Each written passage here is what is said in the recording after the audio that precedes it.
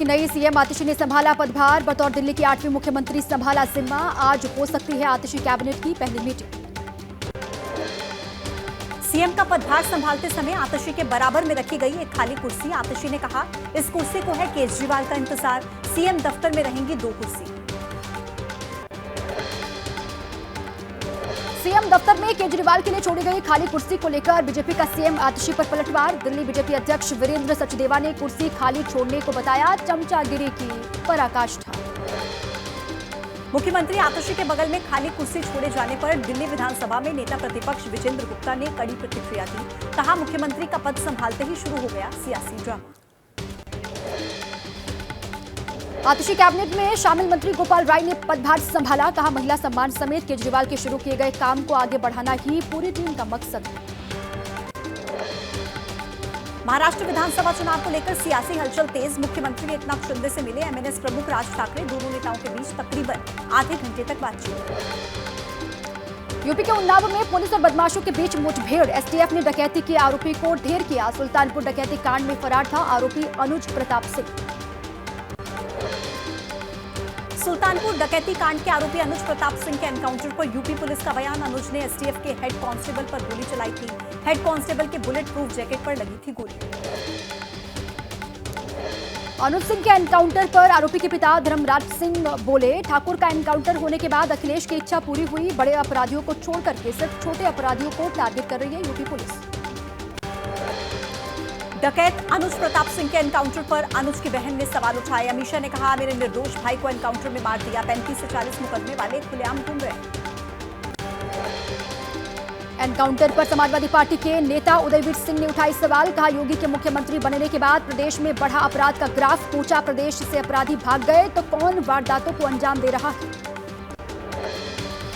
मिर्जापुर में सीएम योगी ने रखी 127 प्रोजेक्ट्स की आधारशिला। बोले कि पहले योजनाओं को देने में भेदभाव होता था, हमने जाति के आधार पर बांटने का काम नहीं किया।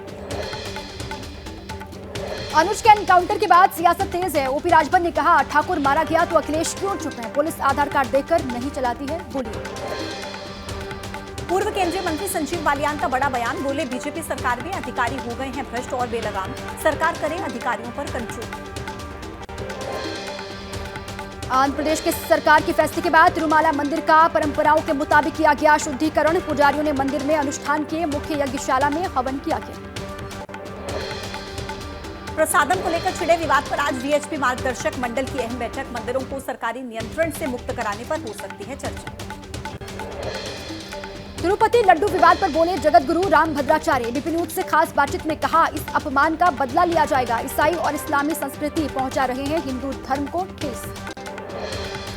प्रसाद विवाद पर स्वामी प्रसाद मौर्य का बड़ा आरोप। कहा, पंडित और पुजारी करा रहे हैं प्रसाद में मिलावट। मंदिरों के पुजारी और पंडित ही हैं हिंदू धर्म के दुश्मन। बीजेपी विधायक गीता जैन ने की प्रसाद विवाद की निष्पक्ष जांच करवाने की मांग। कहा, सनातन धर्म को ठेस पहुंचाने वाले दोषियों को मिले कड़ी से कड़ी सजा।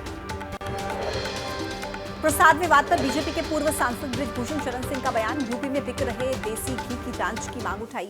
बोले, उत्तर प्रदेश में पूजा घी के नाम पर होती है मिलावट।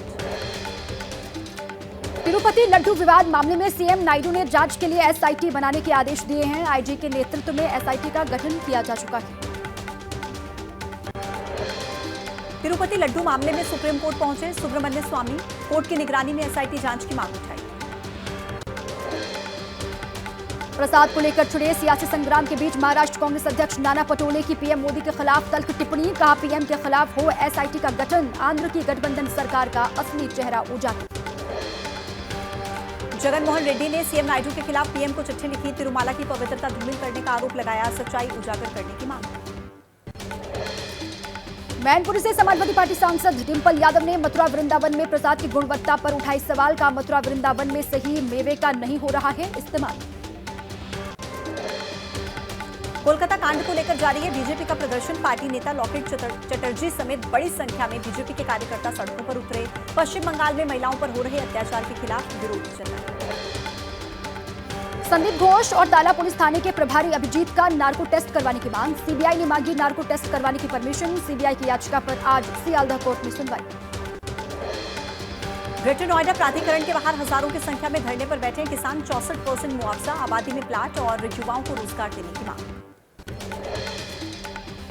न्यूयॉर्क में पीएम मोदी ने अमेरिकी आईटी कंपनियों के सीईओज के साथ में मुलाकात की। राउंड टेबल बैठक में पीएम ने कहा, बड़े इनोवेटर्स से मिलकर मैं गर्व महसूस कर रहा हूं। न्यूयॉर्क में गूगल के सीईओ सुंदर पिचाई ने पीएम मोदी से मुलाकात की। पिचाई ने कहा, पीएम मोदी चाहते हैं कि एआई भारत के लोगों को फायदा पहुंचाए।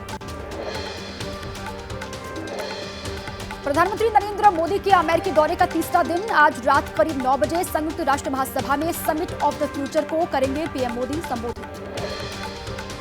अगले साल 2025 में क्वाड शिखर सम्मेलन की मेजबानी करेगा भारत। विदेश सचिव विक्रम मिस्री ने दी अहम जानकारी। कांग्रेस अध्यक्ष खड़गे के हरियाणा के अंबाला और घरौंदा में होने वाली दोनों ही चुनावी सभाएं रद्द हो चुकी हैं। तबीयत खराब होने की वजह से नहीं कर पाएंगे रैली। विधानसभा चुनाव के बीच हरियाणा कांग्रेस में जारी तनातनी को खत्म करने की कोशिश जारी। कुमारी सैलजा ने कांग्रेस के अध्यक्ष मल्लिकार्जुन खड़गे से मुलाकात की। सैलजा ने खड़गे के सामने अपनी सारी शिकायतें रखी। रोहतक में बोले हरियाणा के पूर्व सीएम भूपेंद्र सिंह हुड्डा का, सैलजा से नहीं है कोई नाराजगी, सैलजा है हमारी वरिष्ठ नेता। जम्मू कश्मीर में आज थम जाएगा दूसरे चरण का प्रचार। 25 सितंबर को मतदान। 26 विधानसभा सीटों पर डाले जाएंगे वोट।